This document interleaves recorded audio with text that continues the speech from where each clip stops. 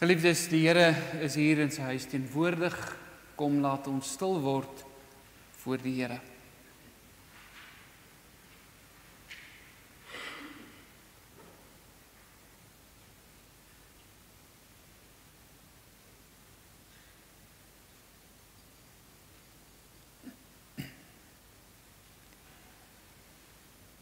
Berge mag wyk en heuwels wankel, maar my goedertierenheid sal van jou nie wyk nie, en my vredeverbond nie wankel nie, sê die Here, jou ontfermer.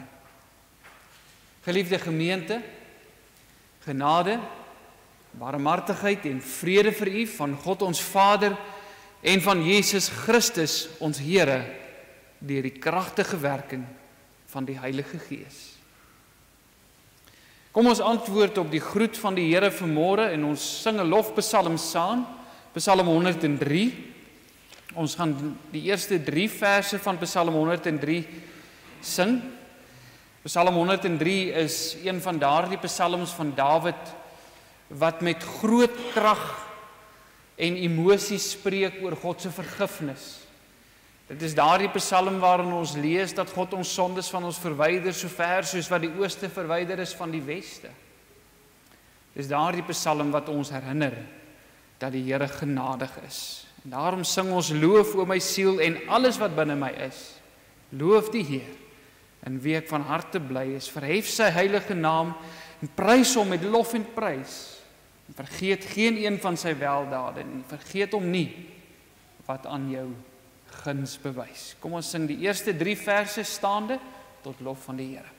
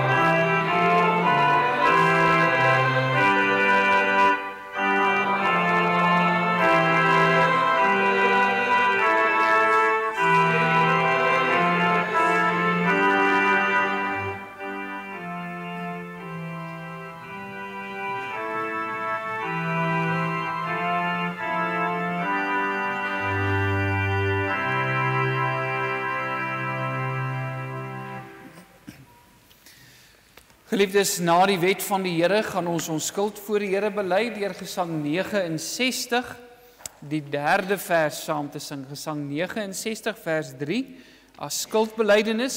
Ons gaan net so bly sit wanneer ons skuld voor die Here bely. Ons luister vanmôre na die Here se wet, soos wat hy dit vir ons laat opteken het in Deuteronomium 5 vanaf vers 6.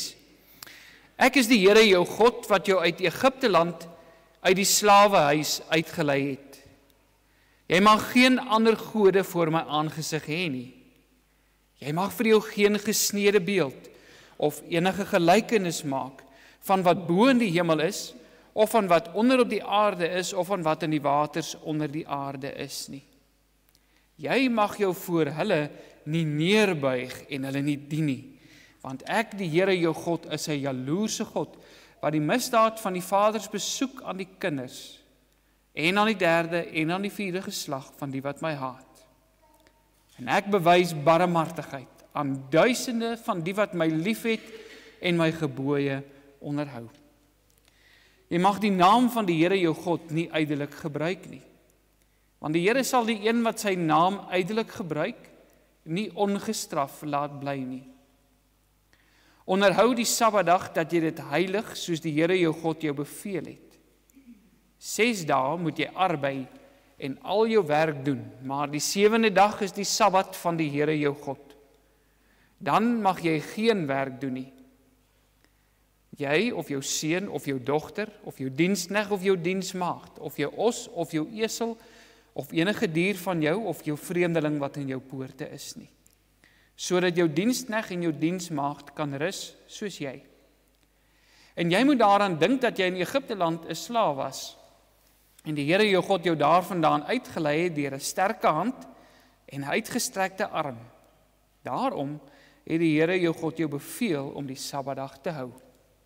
Eer jou vader en jou moeder, soos die Here jou God jou beveel het, dat jou dae verleng mag word, en dat dit met jou goed mag gaan in die land wat die Here jou God aan jou gee. Jy mag nie doodslaan nie, en jy mag nie egbreek nie, en jy mag nie steel nie, en jy mag geen valse getuienis teen jou naaste spreek nie, en jy mag nie jou naaste se vrou begeer nie, en jy mag nie na jou naaste se huis hinker nie, na sy landerye, of sy diensknegt, of sy diensmaagd, sy os of sy esel, of iets wat van jou naaste is nie.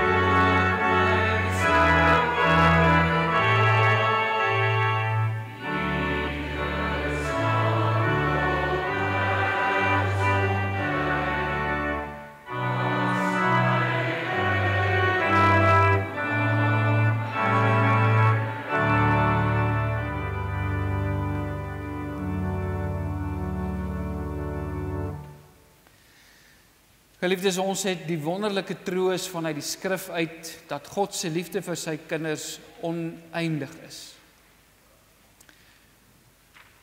Jy weet, ons praat baie keer oor vergifnis en hoe moeilik dit vir ons is om mense te vergewe, veral as hulle 'n paar keer teenoor ons al oortree het. Maar vir God is 70 maal 7 keer maar die begin. Dis hoe hy ons leer om mekaar te vergewe. En as hy ons so leer, dan kan ons weet, dit is ook hoe hy ons vergewe. En daarom kan ons met vrymoedigheid ons sondes voor hom bely. Ons hoef nie te wonder daaroor nie, ons hoef nie te twyfel daaroor dat hy ons sal vergewe nie, want hy beloof dit. Hy sê in 1 Johannes 1 vers 9, as ons sondes bely, hy is getrou en regverdig om ons die sondes te vergewe en ons van alle ongeregtigheid te reinig.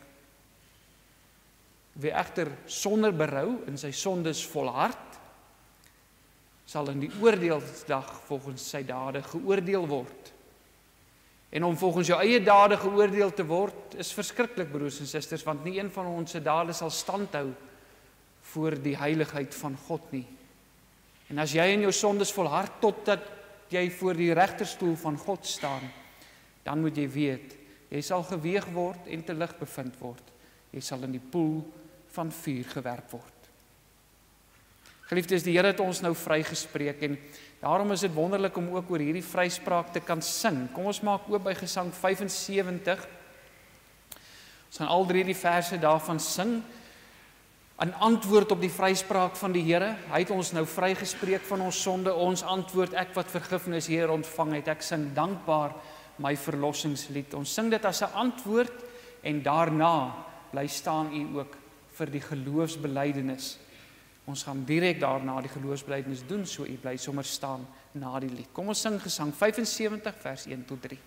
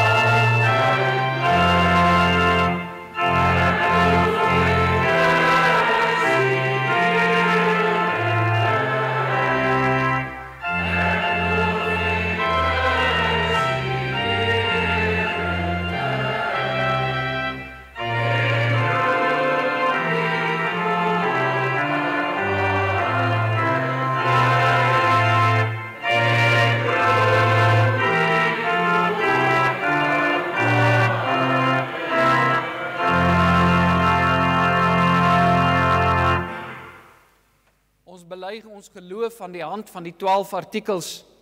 Ek glo in God die Vader, die Almagtige, die Skepper van die hemel en die aarde.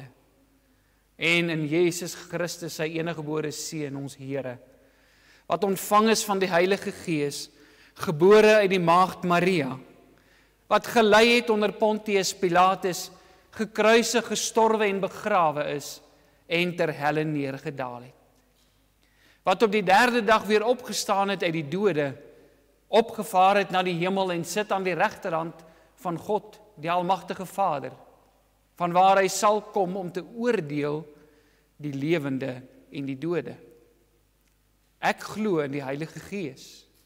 Ek glo aan 'n heilige, algemene, Christelike kerk, die gemeenskap van die heiliges, die vergewing van sondes, die wederopstanding van die liggaam en 'n ewige lewe. Amen. U kan sit.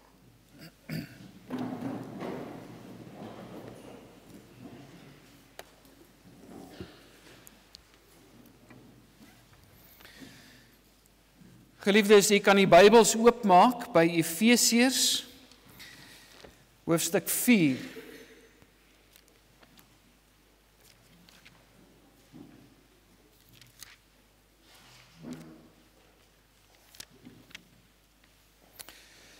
Efesiërs 4, ons gaan saam lees vanaf vers 17 tot by hoofstuk 5, die tweede vers.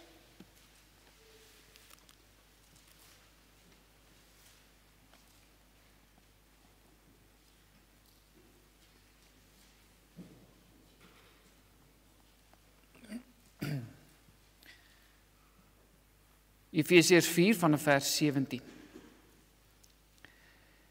Dit sê en betuig ek dan in die Here, dat julle nie meer moet wandel soos die ander heidene ook wandel, in die verdwaasheid van hulle gemoed nie. Mense wat verduisterd is in die verstand, en vervreemd van die lewe van God, deur die onkunde wat in hulle is, vanweë die verharding van hulle hart, wat ongevoelig geword het, en hulle oorgegee het aan die ongebondenheid, en in hebsug allerhande onreinheid te bedrywe.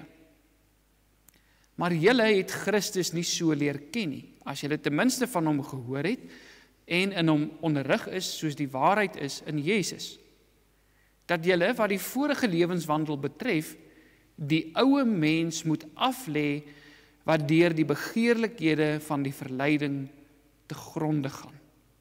En dat julle vernuwe moet word in die gees van julle gemoed, en julle met die nuwe mens moet beklee wat na God geskape is, in ware geregtigheid en heiligheid. Daarom, lê die leuen af, en spreek die waarheid, elkeen met sy naaste. Want ons is mekaar se lede. Word toornig en moenie sondig nie. Laat die son nie ondergaan oor julle toorn nie, en gee aan die duiwel geen plek nie. Laat die een wat steel nie meer steel nie, maar laat hom liewer arbei, deur met sy hande te werk wat goed is, sodat hy iets kan hê om mee te deel aan die een wat gebrek het. Laat daar geen vuil woord uit julle mond uitgaan nie, maar net 'n woord wat goed is vir die nodige stigting, sodat dit genade kan gee aan die wat dit hoor. En bedroef die Heilige Gees van God nie, deur wie julle verseël is tot die dag van verlossing. Alle bitterheid en woede en toorn en geskreeu en lastering moet van julle verwyder word, saam met alle boosheid. Maar wees vriendelik en vol ontferming teenoor mekaar. Vergeef mekaar, soos God ook in Christus julle vergewe het. Wees dan navolgers van God soos geliefde kinders, en wandel in liefde, soos Christus ons ook liefgehad het, en hom vir ons oorgegee het, as 'n gawe en 'n offer aan God, tot 'n lieflike geur. Tot sover. Dit is die woord van die Here. Geliefdes, ons teksvers by die bediening van die woord vanoggend is die tweede gedeelte van vers 32. Vergeef mekaar, soos God ook in Christus julle vergewe het. Vergeef mekaar, soos God ook in Christus julle vergewe het. Kom ons bid saam.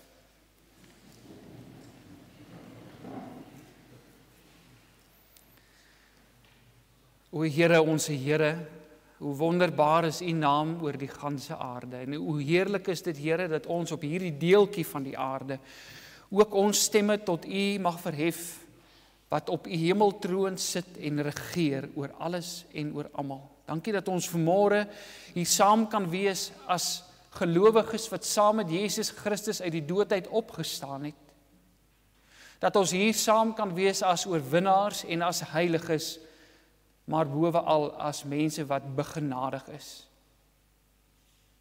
Dankie Here dat U liefde aan ons bewys het, terwyl ons nog sondaars was, en U Seun Jesus Christus gegee het, om vir ons sondes te betaal, sodat ons saak met U reg kan wees. Dankie dat ons elke keer, wanneer ons op ons knieë gaan en om vergifnis vir ons sondes pleit, oortuig kan wees daarvan dat U ons sondes vergewe, op grond van Jesus Christus en sy soenverdienste. Here, dit is daarom vir ons 'n voorreg om in U teenwoordigheid te wees. Dit is vir ons heerlik. Daar is nie 'n ander plek waar ons op 'n Sondag wil wees as in U huis en in U teenwoordigheid nie. Want hier, Here, begin ons voel hoe dit voel om werklik daar te wees waar ons eendag gaan wees. Hier word ons voorberei vir die ewige lewe wat reeds begin het die dag toe ons tot bekering gekom het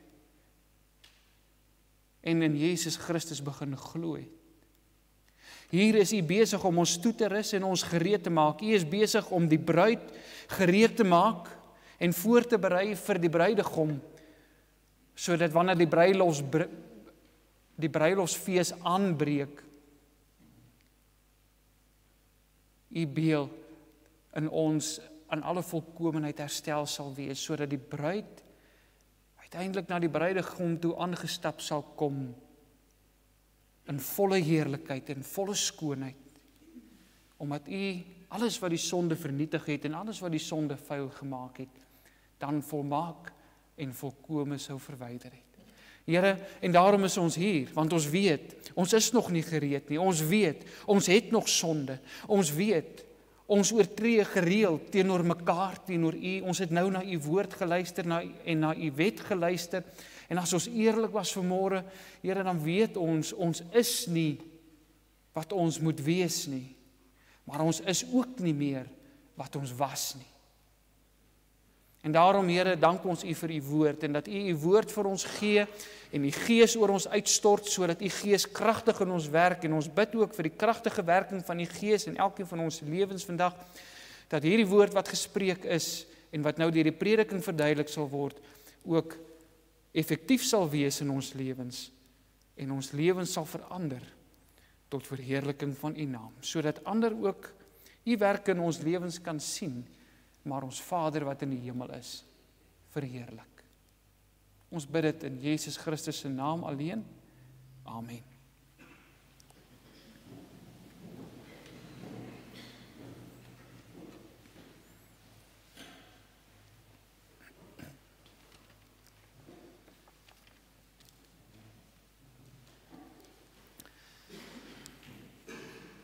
Geliefdes in ons Here Jesus Christus,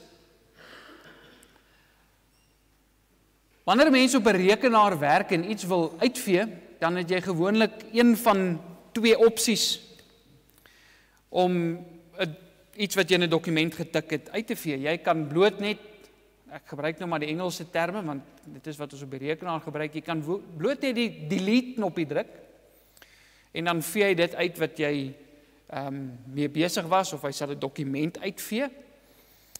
Maar daar is ook 'n ander opsie wat 'n mens kan gebruik om iets op 'n rekenaar uit te vee. Jy kan shift en delete gelyktydig inhou. Ek raai dit nie aan nie, want as jy dit doen, dan vee jy dit wat jy wil uitvee permanent uit. Dan kan jy dit nie terugkry nie.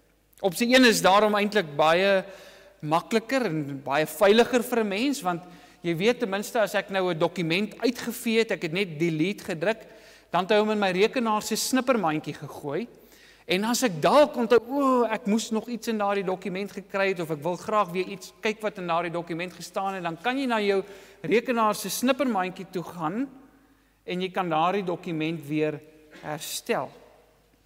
Maar die tweede opsie is finaal. As jy shift en delete gedruk het, dan is hy uitgevee, dan is dit asof hy nie eers op jou rekenaar was nie. Miskien is daar mense wat baie slim is en dit op 'n manier kan terugkry, maar vir ons gewone mense beteken dit eintlik is permanent uitgevee. Jy kan nie daardie dokument weer terugkry nie. Nou as dit by iets soos die opdrag om te vergewe en te vergeet kom, dan is die meeste van ons geneig om vir opsie 1 te gaan. Ons is bereid om te vergewe, maar ons is huiwerig om die saak heeltemal te vergeet. Ons is selfs bereid om uit te vee, maar ons hou daarom van die sekuriteit dat dit wat ek uitgevee daarom nog daar iewers in 'n snippermandjie lê, en as ek dit regtig nodig kry, dan kan ek dit weer gaan opdiep en die ou koei met 'n groot gebulk uit die snippermandjie uit gaan haal. Selfs al is daar by ons baie keer 'n opregte poging om te vergewe en te vergeet, weet ons uit ervaring uit, dit is nie so maklik nie. Dit is een van daai goed wat Christene so maklik sê, vergewe en vergeet man, tot jy dit moet probeer, totdat dit van jou verwag word. Want dink daaroor, ons het immers nie die vermoë om sekere dinge wat met ons gebeur, net eenvoudig uit jou geheue uit te sny nie, asof dit nooit gebeur het nie. Hoe vergeet jy net, as jou ouers byvoorbeeld in 'n plaasaanval vermoor is? Hoe vergeet jy dit, as jy as 'n kind mishandel is? Hoe vergeet jy dit as jy deur jou man aangerand is? Hoe vergeet jy dit net as jou beste vriend jou ingeloop het en finansiëel geruïneer het? Hierdie dinge word dikwels soos met 'n brandyster in die harde skyf van jou geheue ingebrand. En daarom is shift delete nie regtig vir ons 'n opsie nie. Want shift delete het nie die vermoë om dit wat met 'n brandyster in jou geheue ingebrand en vasgebrand is en eintlik permanent daar gesit is soos 'n tatoeëermerk nie, om dit te verwyder nie. Dit lyk dus, geliefdes, asof nie een van die twee opsies regtig saam met ware vergifnis gaan nie, want die eerste ene, om net delete te druk en te weet is daar in die snippermandjie, is eintlik maar net 'n dekmantel vir jou skynheiligheid. En die tweede een is bloot net nie moontlik nie. En daarom is dit belangrik dat ons sal luister wat God vir ons in hierdie gedeelte oor vergifnis sê. Ons gaan eerstens kyk wat is die opdrag wat hy vir ons gee, wat behels daardie opdrag. Tweedens, hoe hy ons toerus om daardie opdrag te kan uitvoer, en dan derdens wat die gevolg daarvan is as hy ons toegerus het. Die boek Efesiërs bestaan hoofsaaklik uit 2 dele uit. U sou dit al baie keer by my gehoor het dat ek dit so verduidelik, maar jy kan Efesiërs omtrent in die middel vat, hoofstuk 1 tot 3 en dan 3 tot 6, dis die 2 groot dele van Efesiërs. Die eerste gedeelte, die eerste 3 hoofstukke, is baie teoreties. Paulus verduidelik vir ons as gelowiges, hoe het dit gekom dat ons kinders van die Here is? En dan van hoofstuk 4 af, slaan hy dan oor en hy raak 'n bietjie meer prakties. En hy sê, nou dat julle weet hoe julle kinders van die Here geword het, kom ek verduidelik vir julle wat dit beteken om 'n kind van die Here te wees. Wat is die praktiese daarvan? So dis min of meer die skema van Efesiërs. Die gedeelte wat ons vanoggend saam gelees het, selfs in hierdie gedeelte wat ons gelees het, ook hierdie basiese skema. Jy sou gehoor het, Paulus begin eers met 'n redelike teoretiese gedeelte. Hy sê eers wat ons nie was nie, en wat ons nou is, en wat Jesus Christus met ons gedoen het, en dan slaan hy oor van vers 25 af na die praktyk toe, en hy sê reg, omdat hierdie dinge waar is, daarom behoort jy op 'n sekere manier op te tree en op 'n sekere manier te leef.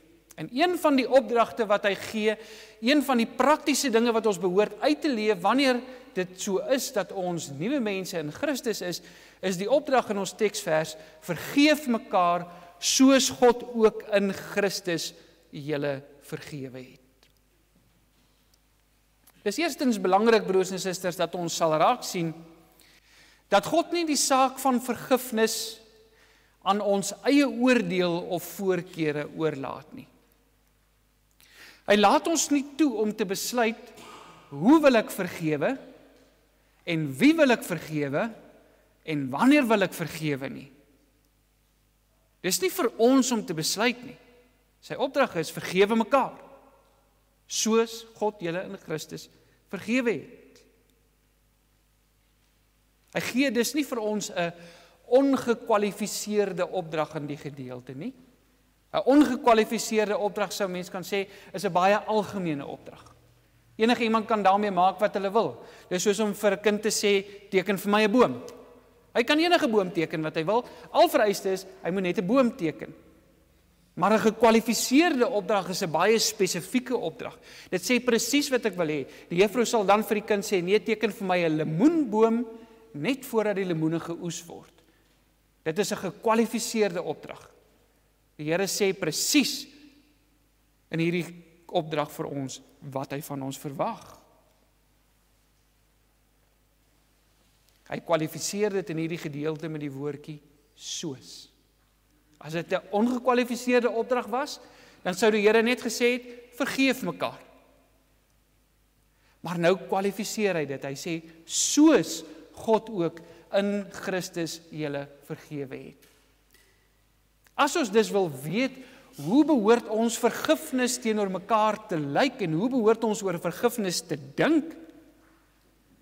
Broers en susters, dan moet ons onsself altyd heel eerste afvra, hoe lyk sy vergifnis teenoor my? Want dis tog wat die woordjie soos beteken. Vergewe mekaar, soos God julle vergewe het. My vergifnis teenoor my naaste kan nie anders te lyk nie. Dit behoort soos God se te lyk.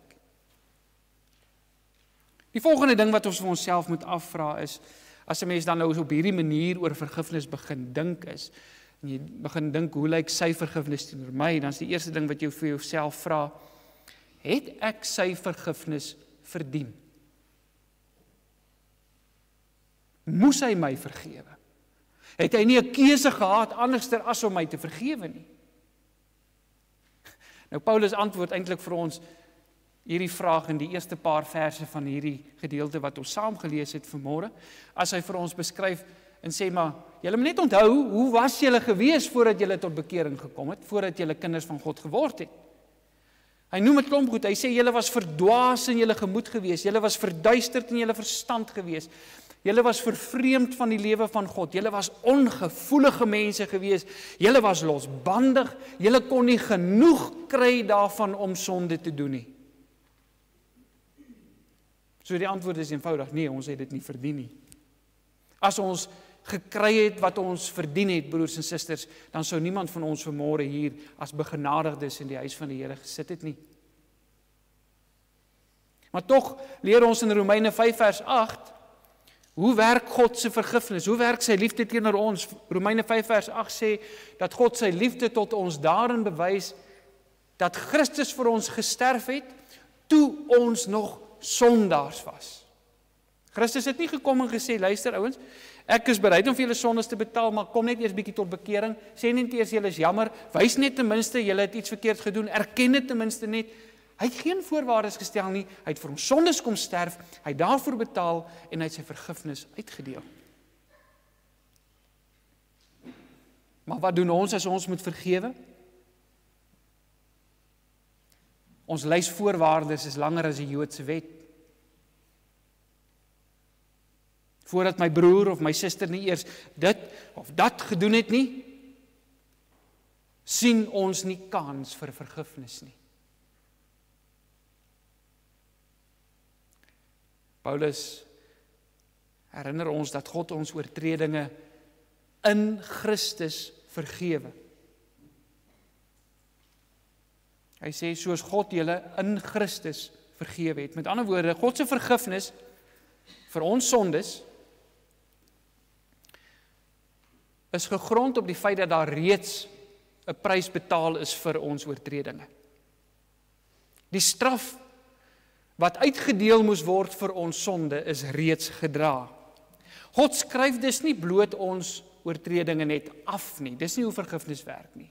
God sê nie net, okay, jy is nou gelukkig en daar gaan jy en jou sondes is vergewe, sonder dat daar reggemaak is wat die sonde gebreek het nie. God is nie soos ons regering, wat links en regs almal se skuld afskryf en uiteindelik is hulle in 'n groter gemors as wat hulle was nie. Hy is regverdig. Daar was 'n prys betaal vir ons sondes, die volle prys is betaal en daarom kan God ons vryspreek. Maar die genade van sy vergifnis lê daarin dat ons kwytgeskeld word al het ons nie self die prys betaal vir ons sondes nie. Ons word kwytgeskeld op grond van iemand anderster, Jesus Christus, wat vir ons sondes betaal het.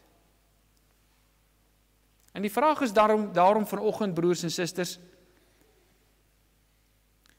is ons bereid om op grond van dieselfde prys my broer en my suster te vergewe? As ek vergewe word op grond van 'n prys wat iemand anders vir my betaal het, is ek bereid om hom of haar wat teen my gesondig het, maar wat dalk ook 'n Christen is, en vir wie se sondes daar ook betaal is ek bereid om op dieselfde gronde daardie een te vergewe. En verder leer die woord ons, dat as God ons sondes vergewe, dan vergeet hy dit. Jesaja 43 vers 25 word deur Hebreërs 10 vers 17 geëcho, waar God sê, aan hulle sondes en hulle ongeregtighede sal ek nooit meer dink nie. 'n wonderlike twee tekste hierdie, Jesaja 43 vers 25, Hebreërs 10 vers 17, maar miskien sit jy nou hier en jy krap 'n bietjie die kop en jy dink, maar is dit werklik so? Want lees ons nie op 'n plek soos Openbaring 20 vers 12, dat wanneer die einde van die dae sal aanbreek, dan gaan die boekrolle uitgehaal word, en elkeen gaan volgens sy dade geoordeel word nie. So hoe werk hierdie storie nou, as God sê, hy vergewe en hy vergeet ons oortredinge, hy dink daaraan nie meer nie, maar en die einde van dan word die boekrol uitgehaal en daar staan dit geskrywe. Het hy dit dan vergeet? Die Amerikaanse teoloog John Piper help ons hiermee as hy sê, God onthou wel ons sonde, maar hy onthou anders. As hy ons sondes onthou, die sondes van sy kinders, dan onthou hy terselfdertyd dat daar reeds daarvoor betaal is. Ons sondes is dus opgeskryf. Hy kan dit lees, maar in 'n sekere sin is daar op daardie bladsy of bladsye waarin ons sondes opgeteken staan, 'n rooi streep deurgetrek met die bloed van Christus wat sê betaal. Dis soos 'n verkeerskonstabel wat vir jou 'n boete uitskryf en om een of ander rede besluit hy gaan jou begenadig. Wat doen hy? Hy trek 'n streep deur daardie boete. Die boete is nog daar, jy kan sien hierdie boete is uitgeskryf, jy kan sien wat die oortreding was, maar daar is nie meer skuld om te betaal vir die boete nie. En dit is hoe God onthou, en daarom kan hy sê, ek vergeet dit. Want dit is nog daar, dit is in die boek van die lewe opgeskryf, jou dade is opgeskryf, maar het is op 'n manier opgeskryf, dat ek dit nie onthou, om jou van vooraf te oordeel oor daardie sonde, en van vooraf vir jou kwaad te raak oor daardie sonde van jou nie, dit is reeds betaal. En laastens weet ons natuurlik ook, dat God se vergifnis vir ons nooit ophou nie. Dit is herhalend. Elke keer as ons sondig, elke keer as ons om vergifnis bid vir ons sonde, vergewe hy ons weer. Soos die disippels, dink ons baie keer ons is vrygewig wanneer ons iemand tot 7 keer vergewe. Want hoeveel keer moet ek nou iemand bly vergewe wat teenoor my oortree? Ek is nie 'n slaansak nie. Maar kan jy dink, broers en susters, wat sou van ons geword het as God so oor ons geredeneer het? Maar hy leer ons 70 maal 7 keer, want dit is wat ons by God kry. Hierdie opdrag, broers en susters, verstaan ons nou. Ons verstaan nou wat dit beteken om soos God ons vergewe het, mekaar te vergewe, maar dit bly vir ons om verskillende redes nog steeds 'n moeilike opdrag.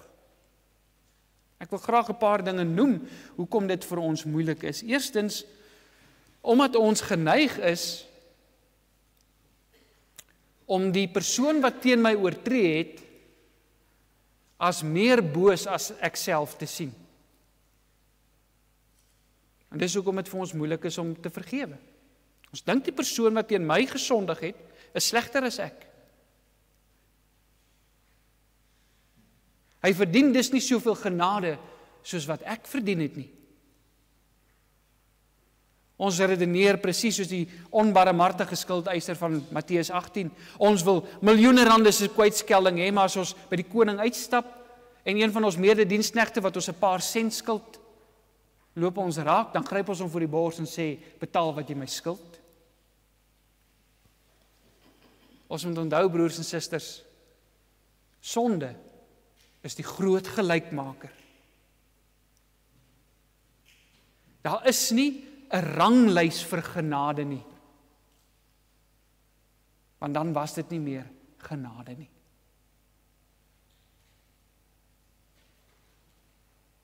Een tweede rede waarom ons met hierdie opdrag sukkel, is omdat vergifnis van my vra om God met die oordeel te vertrou en om God te vertrou om met my oortreder of met my vyand af te reken.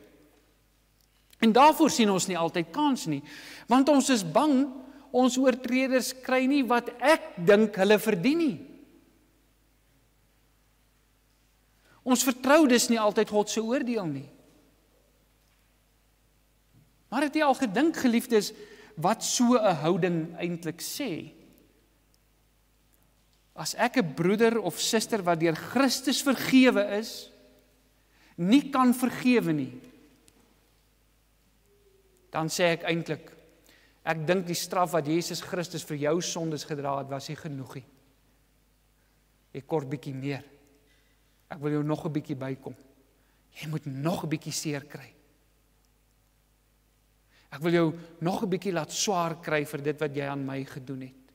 So ten diepste betwyfel ons eintlik Christus se versoeningsoffer vir daardie persoon se sondes. As daardie persoon by my kom en sê, ek het my sondes voor God bely, ek bely my sonde teenoor jou, en ek sê, jammer, is nie so maklik nie. Dis waarom ons huiwerig is om ons vyande te vergewe, want ons is bang hulle gaan skotvry daarvan afkom. Derde rede hoekom ons sukkel om te vergewe, is omdat ons nie eintlik wil vergeet nie. Ons wil onthou, maar ons wil nie soos God onthou nie. Ons wil die dokument uit die snippermandjie gaan haal wanneer ons hom nodig het. Ons wil hom kan gebruik, daai dokument. Ons wil hom kan oopvou en ons wil hom weer kan herstel sodat ons uit hom uit kan copy en paste, kan uithaal dit wat ons nodig het en die bewyse weer kan voorhou en sê, kyk wat het jy aan my gedoen. Ons koester hierdie wraakgedagtes, want weet jy wat dink ons? Ons dink as ons hier in ons koppe vir iemand kwaad is, dan voel hulle dit. As ons hier in ons harte wraakgedagtes en 'n wrok koester, dan beleef hulle dit soos wat ek het beleef. Maar weet jy wie kry in die proses seer? Ons wil ons vyand vernietig deur hierdie gedagtes, maar wie vernietig ons in die proses? Net jouself.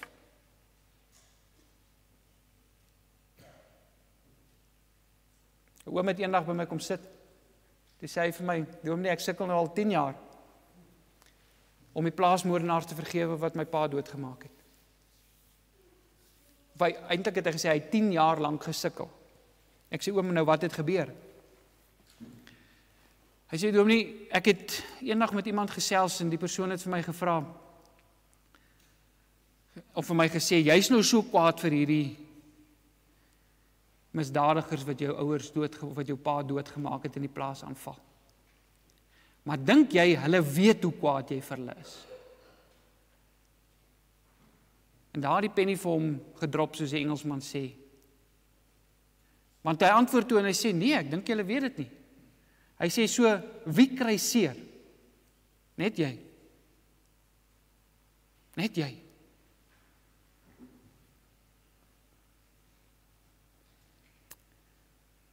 So is 'n moeilike opdrag, broers en susters. Ons ontken dit nie, ons maak nie asof dit makliker is as wat dit is nie. En dit bring ons by die vraag, hoe kry ek dit dan reg? Hoe kan ek soos God vergewe? Hierop antwoord God ons in Efesiërs 4, as hy sê, want ek het jou daarvoor toegerus. In vers 17 roep God ons op om nie meer soos heidene te leef nie. Dit sê en betuig ek dan in die Here, dat julle nie meer moet wandel soos die heidene vroeër gewandel het nie. Ons was ook vroeër heidene, sê Paulus, maar julle is dit nie meer nie. Moenie soos heidene optree nie, ook nie as dit by die saak van vergifnis kom nie. Want hoe hanteer heidene vergifnis? Heidene het nie 'n ander opsie as om self wraak te soek nie. Want hulle glo nie in God nie. So daar is geen hoër gesag waarop hulle self kan beroep en waarop hulle kan hoop vir geregtigheid vir die onreg wat in hulle gedoen is nie.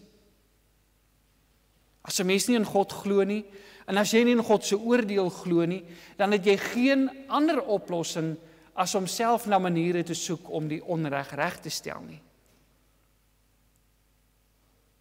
Jy het immers niemand aan wie jy dit kan oorgee, wat dit namens jou kan hanteer nie. En jy dink, as ek iemand te maklik vergewe, dan kom hy dalk te lig daarvan af. Maar die Here sê vir ons hier, maar dis nie meer wie julle is nie. Julle is nie meer heidene nie. Moenie soos hulle wees nie, moenie soos hulle dink nie. Ons is nuwe mense. Ons het immers vir Christus leer ken as 'n verlosser wat nie net vir ons sondes betaal het nie, maar saam met wie ons ook uit die dood uit opgestaan het deur die Heilige Gees. En omdat die krag van die opstanding deur die Heilige Gees in ons lewens teenwoordig is ons bemagtig, ons is toegerus om anders oor vergifnis te dink en daadwerklik anders te vergewe. So wat moet gebeur? Paulus verduidelik van vers 22 tot 24. Hy sê, die ou mens met sy begeerlikhede moet afgelê word. Die ou mens wat begeer om te vergeld. Die ou mens wat begeer om terug te kry, om terugseer te maak, om ander een ook te laat voel wat ek gevoel het. Die ou mens wat wil vernietig. Daardie mens, sê Paulus, moet met 'n nuwe een vervang word. Ons moet die ou mens uittrek soos wat jy 'n stuk klere sal uittrek en ons moet onsself met Christus beklee en met sy Gees vervul word. En iemand wat Christus aangetrek het, iemand wat die Gees van die lewende, opgestane Here Jesus in sy hart het, kan uiteindelik ook anders optree. Die mens is vol geregtigheid en heiligheid. En daarom is hy in staat om soos Christus te kan vergewe. Broers en susters, as jy vanmôre hier sit en jy sê ek is 'n Christen, as jy sê ek glo in Jesus Christus, dan is daar geen rede om te sê ek kan nie soos hy vergewe nie. Want jy's in hom. Hy's in jou. Sy Gees is in jou. Dieselfde Gees wat Christus laat uitroep het aan die kruis, Vader, vergeef hulle, want hulle weet nie wat hulle doen nie, toe die skare uitgeroep het, kruisig hom, daardie Gees is ook in jou en my, sodat ons soos Christus kan vergewe. En geliefdes, wanneer ons nie meer is wat ons was nie, wanneer ons saam met Christus uit die dood opgestaan het, wanneer die Heilige Gees in ons lewens oorheers, dan het dit heerlike gevolge,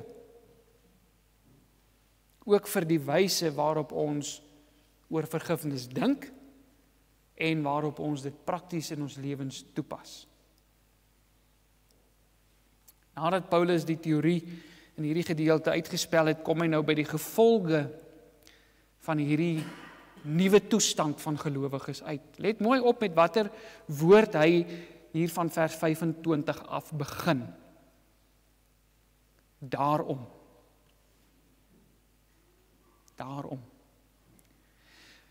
So jy kan nie dit wat na vers 25 staan lees sonder om te onthou wat voor vers 25 staan van vers 17 af nie. So alles wat hy nou gaan sê is gebaseer op dit wat hy reeds gesê het. Daarom is 'n redegewende voegwoord. Sê, dis die rede hoekom ek nou hierdie goed kan sê. Omdat hierdie goed waar is. Omdat julle saam met Christus uit die dood uit opgestaan het. Omdat die Heilige Gees in julle lewens is. Omdat julle julleself met Christus beklee het. Omdat julle nie meer heidene is nie. Daarom. Vergeef mekaar soos God ook in Christus julle vergewe het. Om soos God te kan vergewe is die gevolg daarvan om deur God vergewe te wees en deur sy Gees vernuwe te wees. Ek sê dit weer. Om soos God te kan vergewe is die gevolg daarvan om deur God vergewe en deur sy Gees vernuwe te wees. Dis 'n eienskap van iemand wat met Christus beklee is. En dit is interessant, broers en susters, dat as 'n mens byvoorbeeld gaan lees in Matteus 6 waar die Here Jesus die Onse Vader gee, dan is dit die een bede in die Onse Vader wat hy op uitbrei, die een oor vergifnis. Hy sê, want as julle mekaar nie julle oortredinge kan vergewe nie, dan sal julle ook nie deur God vergewe word nie. Wat bedoel hy daarmee? Is ons vergifnis van mekaar 'n voorwaarde vir God se vergifnis vir ons? Nee, hy bedoel daarmee, iemand wat deur God vergewe is, 'n kenmerk van iemand wat werklik weet wat dit beteken om vergewe te word, al het hy dit nie verdien nie, is dat so iemand op dieselfde manier kan vergewe. So as jy nie so kan vergewe nie, dan het jy nog nie regtig hierdie gesmaak nie. Dan sal jy nie deur God vergewe word nie. Ons hoef nie meer voorwaardes vir vergifnis te stel nie, want daar was nie voorwaardes toe ons vergewe is nie. Ek kan medegelowiges vergewe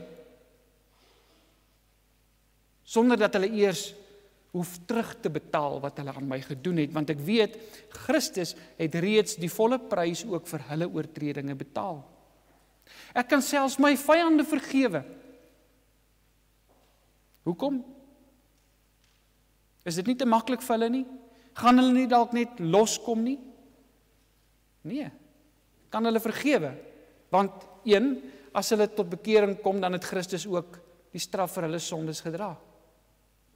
En as hulle nie tot bekering kom nie, dan gaan daar 'n oordeelsdag wees. Die boekrol gaan uitgehaal word. En dan gaan nie by alle mense se name en by hulle werke 'n rooi streep deur wees nie.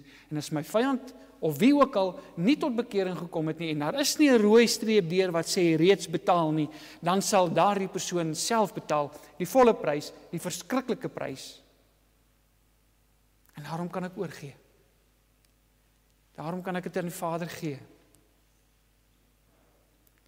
Die gevolg daarvan dat ek begenadig is en vergifnis ontvang het vir sonde, wat eintlik die dood verdien het, maak dat ek ook dieselfde genade kan uitdeel. Daarom is kinders van God nie minder genadig teenoor hulle naaste as wat God teenoor hulle is nie. As ek elke aand om vergifnis pleit en dit ontvang, waarom sal ek ook nie bereid wees om dit uit te deel nie?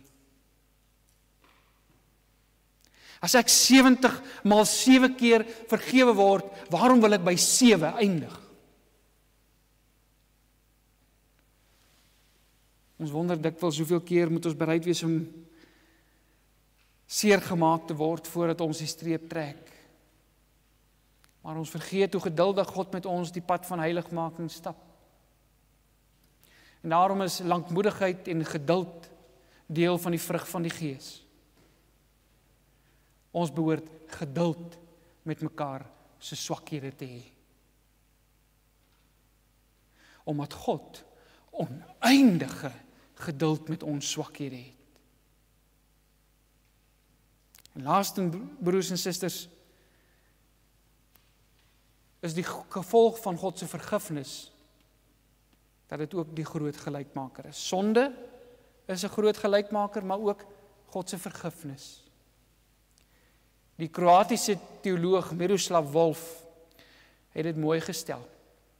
En ek haal aan. Hy sê, geen mens kan verlang in die teenwoordigheid van God en die gekruisigde Messias wees, sonder om die dubbele uitsluiting te oorkom nie. In die teenwoordigheid van Christus word die vyand vanuit die sfeer van die monsteragtigheid verplaas na die sfeer van gemeenskaplike menslikheid. In ander woorde, as jy jouself voor God sien en jou vyand ook, dan besef jy, ons is eintlik maar in dieselfde bootjie. Maar hy gaan verder. Terwyl die slagoffer verplaas word van die sfeer van trotse selfregverdiging na die sfeer van gedeelde sondigheid. Met ander woorde, hier het ek gestaan en ek gedink, jy's 'n bietjie slegter as wat ek is, jy verdien om eerder gestraf te word as ek, maar as ek lank genoeg in die teenwoordigheid van die gekruisigde Christus is, dan besef ek, ons verdien dieselfde. Ons is albei sondaars, ongeag wat jy en my gedoen het. En ongeag of ek al so erg soos wat jy teenoor my opgetree het, teenoor ander mense opgetree het, ek en jy is sondaars voor die Here.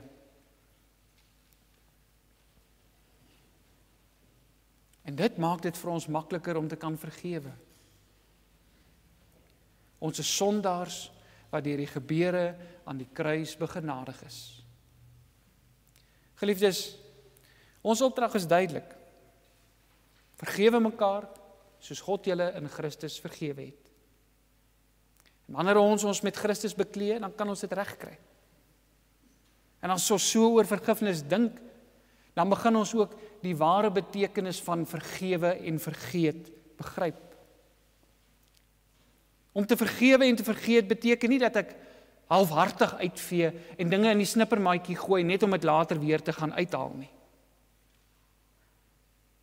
Om te vergewe en te vergeet beteken ook nie dat ek alles seer in my lewe net eenvoudig moet uitsny en afsny asof dit nooit met my gebeur het nie. Nee, om mekaar soos God te vergewe beteken dat ek vergewe en dan anders onthou. As ek vergewe het, onthou ek nie jou oortreding met dieselfde haat en met dieselfde woede as voordat ek jou vergewe het nie. Dis onmoontlik om dit wat met ons gebeur het heeltemal tot nul te maak. Wat egter gebeur wanneer 'n mens soos God begin vergewe, is dat daardie dokument wat my naaste se oortreding bevat, nou slegs 'n read-only dokument is. Het jy al so 'n dokument gekry wat iemand vir jou aangestuur het en staan daar read-only? Jy kan niks met hom doen nie. Jy kan hom net lees. Jy kan nie net hom kopieer nie. Jy kan niks met hom doen nie. Ek onthou nog, maar ek onthou anders. Ek lees nog die dokument, maar ek kan niks meer met die inligting doen nie. Dis soos daardie boete waardeur 'n streep getrek is. En die beste van alles is, die inligting in daardie dokument kan ook niks meer aan my doen nie.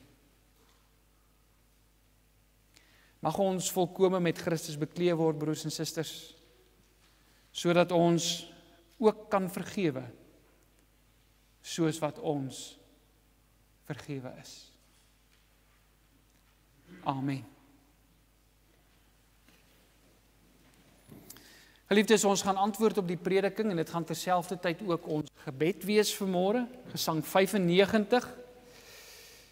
Ons ken dit baie goed, dis die Onse Vader gebed. En ons sing dit as antwoord spesifiek ook met hierdie woorde in gedagte en vergeef ons skulde soos ons vergewe die wat teen ons sondig. Kom ons bid dit vanmôre. Ons bid die Onse Vader En ons antwoord hierdeur op die Here se woord. Kom ons staan en dan sing ons dit as gebed en daarna bly staan nie vir die uitspreek van die seën.